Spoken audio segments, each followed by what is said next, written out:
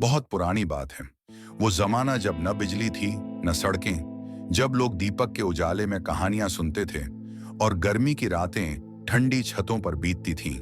उसी जमाने की यह बात है जब भारत के रेगिस्तानी इलाके में एक गांव हुआ करता था। नाम था भीखनपुर।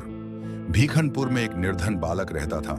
नाम था बीरू। उसका चेहरा मासूम, आंखों में स्वप्न और हृदय में साहस। माँ बाप बहुत पहले चल बसे थे। अकेला जीवन व्यतीत करता, गांव में कभी मजूरी करता, कभी कुएं से पानी भरता तो कभी खेतों में बैल हाँकता। गर्मी का समय था, लू चल रही थी, दिन तपते सूरज में पिघल रहे थे और रातें किसी अदृश्य भय से भरी रहती।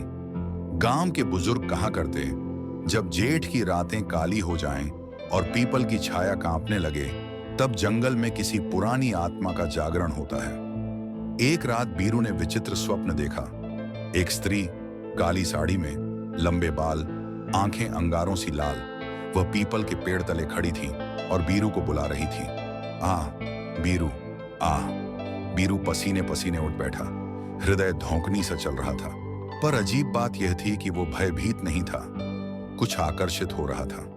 अगले दिन उसने बुजुर्ग लाला नाथू से पूछा, बाबा, पीपल के पेड़ के नीचे कौन होता है जेठ में? नाथू बाबा की आंखें डर से फैल गईं। वे बोले, उसे मत छेड़ बालक, वहां जुनैरा रहती है, चांदी की जंजीर में बंधी एक रूह जो इंतजार कर रही है किसी मासूम का, ताकि वो फिर से आजाद हो सके। जैसे जैसे रातें बीती, बीरू का मन उस पीपल की ओर खींचता गया। अंततः एक अंधेरी रात, जब चांद भी बादलों में छुपा था, वह गांव से बाहर पीपल के पास जा पहुंचा। वहां एक स्त्री खड़ी थी, हूबहू वैसी जैसी स्वप्न में दिखी थी। तू आ गया, उसने धीमे स्वर में कहा। बीरू डर से कांपा, किंतु उसकी दृष्टि हट न सकी। कौन हो तुम? बीरू ने पूछा। मैं एक समय की रानी थी, अब सिर्फ एक छाया हूं, परंतु तुझ में कुछ है जो मुझे बांधता है। रात भर जुनैरा ने अपनी कहानी सुनाई। वह कभी एक रियासत की बेगम थी, पर अपने मोह के कारण उसने तांत्रिक विद्या का सहारा लिया। उसके प्रेमी ने उसे धोखा दिया और उसे श्राप देकर इस पीपल में बांध दिया। अब हर 100 साल में वो किसी आत्मा को बुलाती है जो उसकी जंजीरें ढीली कर सके। तेरे भीतर शुद्धता है बीरू, तू मुझे मुक्ति दे सकता है। बीरू सोच में पड़ गया, क्या यह कोई धोखा है या सच में वह आत्मा दुखी है? अगले कुछ दिन गांव में अजीब घटनाएं होने लगीं। गायें दूध देना बंद कर देती, कुएं का पानी लाल हो जाता, बच्चे बुखार में तपने लगते। गांव वाले कहने लगे, किसी ने पीपल वाली को जगा दिया है। बीरू अपराध बोध से घिर गया, पर जुनैरा उससे हर रात मिलती, उसकी देखभाल करती और एक तंत्र बताती जिससे वह उसे मुक्त कर सकता था। पर इसके लिए तुझे अपनी आत्मा का एक भाग देना होगा, वह बोली। एक अमावस्या की रात बीरू ने वो विधि पूर्ण की।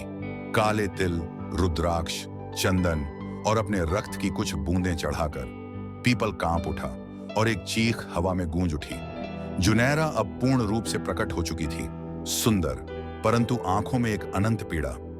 अब तुझसे दूर जाऊंगी बीरू, पर तेरी आत्मा का अंश मेरे साथ रहेगा। जब तू इस देह को त्यागेगा, मैं तेरा इंतजार करूंगी। जुनैरा जाने से पहले बीरू को आशीर्वाद देती है, तू निर्धन है पर अब नहीं रहेगा, तुझे वह मिलेगा जो तुझे कभी मिला नहीं।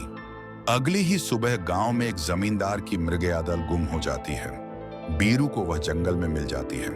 जमींदार प्रसन्न हो उसे अपनी खेती में साझेदार बना देता है। धीरे धीरे बीरू संपन्न होता है, पर कभी विवाह नहीं करता। उसकी आंखें अब भी किसी को खोजती रहती थीं, जुनैरा को। बीरू की आयु ढलने लगी। एक दिन वो उसी पीपल के नीचे सो गया और फिर उठा ही नहीं। गांव वालों ने कहा, उसके चेहरे पर मुस्कान थी, जैसे किसी ने उसे पुकारा हो। कुछ लोग कहते हैं, हर 100 साल में जब गर्मियां आती हैं और जेठ की रातें चलती हैं, पीपल के नीचे एक छाया और एक बालक फिर से मिलते हैं। एक अंश जो अधूरा रह गया था, वह हर युग में फिर से संपूर्ण होने आता है।